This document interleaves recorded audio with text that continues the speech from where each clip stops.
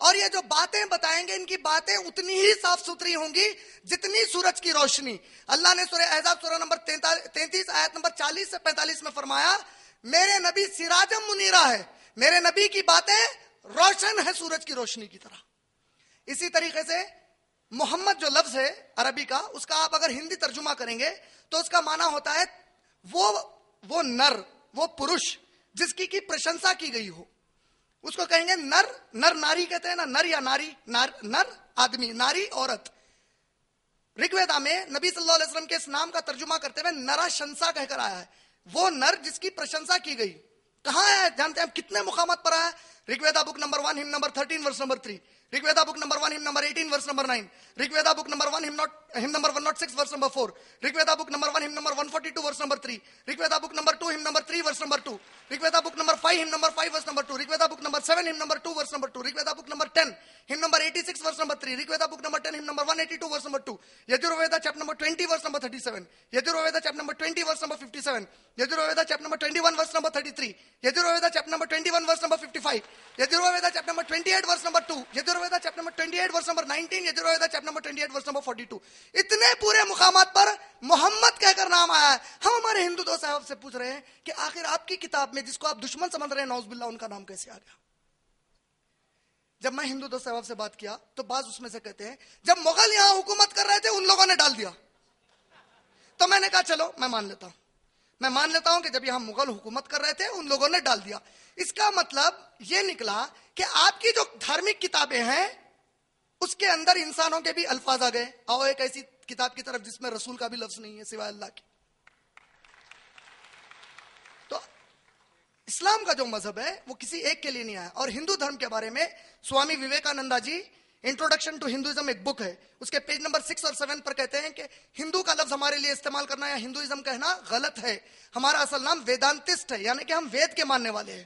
Pandit Jawahar Lal Nehru Discovery of India انہوں نے جو کتاب لکھی اس کے 1983 دہلی کے ایڈیشن پیج نمبر 73 اینڈ 74 پر کہتے ہیں کہ پنڈت نہرو جی کہتے ہیں ہندو کوئی دھارمک لفظ نہیں ہے. سب سے پہلی مرتبہ 8ویں صدی عیسوی میں اسے ایک تانترک کتاب میں استعمال کیا گیا ان لوگوں کے لیے جو اندو دریا کے پار رہتے تھے.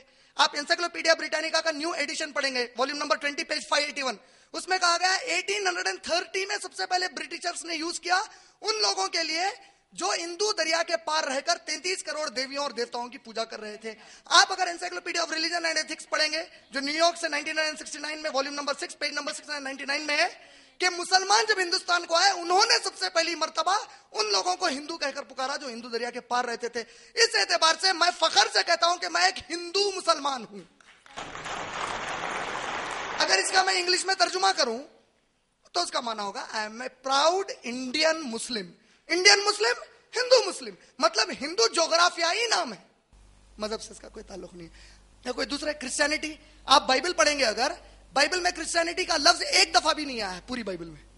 کرسچن کا ورڈ عیسیٰ علیہ السلام کے اٹھا لیے جانے کے بعد book of Acts chapter number 11 verse number 26, book of Acts chapter number 26 verse number 28, first book of Peter chapter number 4 verse number 16 میں سینٹ پال نے اپنے شاگردوں کے لیے استعمال کیا ہے. اگر آپ جوڈائزم پڑھیں گے موسیٰ علیہ السلام نے ایک بار بھی جوڈائزم کا نام نہیں سنا. جوڈائزم پورے کی یہودیوں کی کتاب میں ایک دفعہ بھی نہیں آیا.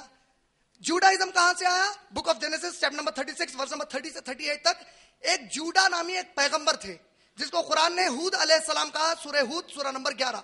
ہود علیہ السلام کو بائبل میں جوڈا کہا گیا. یہ جس جگہ رہتے تھے جوڈیا اس مقام کا نام تھا, وہاں کے رہنے والوں کو جیو کہا گیا.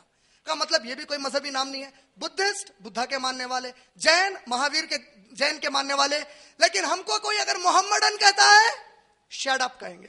وی are not Mohammedans. What are we are Muslims. قرآن نے ہم کو مسلمان کہہ کر پکارا ہے. محمد صلی اللہ علیہ وسلم اور صحابہ نے اپنے آپ کو مسلمان کہہ کر پکارا ہے.